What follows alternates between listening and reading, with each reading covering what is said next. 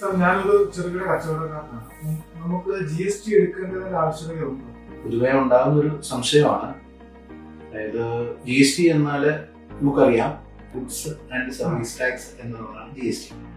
അതായത് നമ്മുടെ കച്ചവടം, അത് സർവീസ് ആയാലും ട്രേഡിംഗ് ആയാലും നമ്മൾ GSTയിൽ അണ്ടർ വരും, GST എടുക്കേണ്ടി വരും.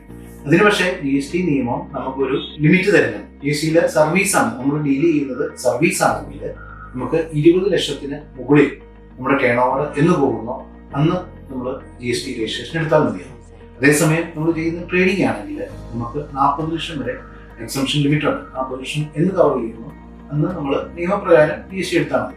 അതേസമയം തന്നെ നമുക്ക് GST ഈ ഒരു ടേൺ ഓവർ കൺസിഡർ ചെയ്യാതെ തന്നെ നമുക്ക് നമ്മൾ ബിസിനസ് തുടങ്ങുമ്പോൾ വേണമെങ്കിൽ നമുക്ക് GST എടുക്കാം.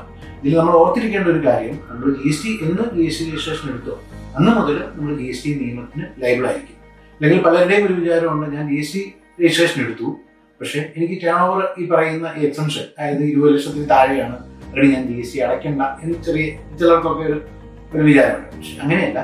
GST രജിസ്ട്രേഷൻ എടുത്തു കഴിഞ്ഞാൽ നമ്മൾ കൃത്യമായിട്ട് GST റിട്ടേൺ ഫയൽ ചെയ്യണം, ടാക്സ് അടയ്ക്കാനുണ്ടെങ്കിൽ അടയ്ക്കണം, അങ്ങനെയുള്ള കാര്യങ്ങൾ നിയമം അനുശാസിക്കുന്ന കാര്യങ്ങൾ കൃത്യമായിട്ട് ചെയ്യണം.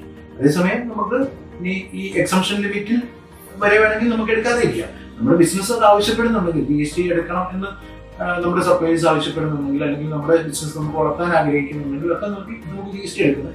അത് ഈ ഒരു എക്സംഷൻ ലിമിറ്റ് അവിടെ കിടക്കണം, അതിൽ കവർ ചെയ്താൽ മാത്രം നമുക്ക് GST എടുത്താൽ മതി.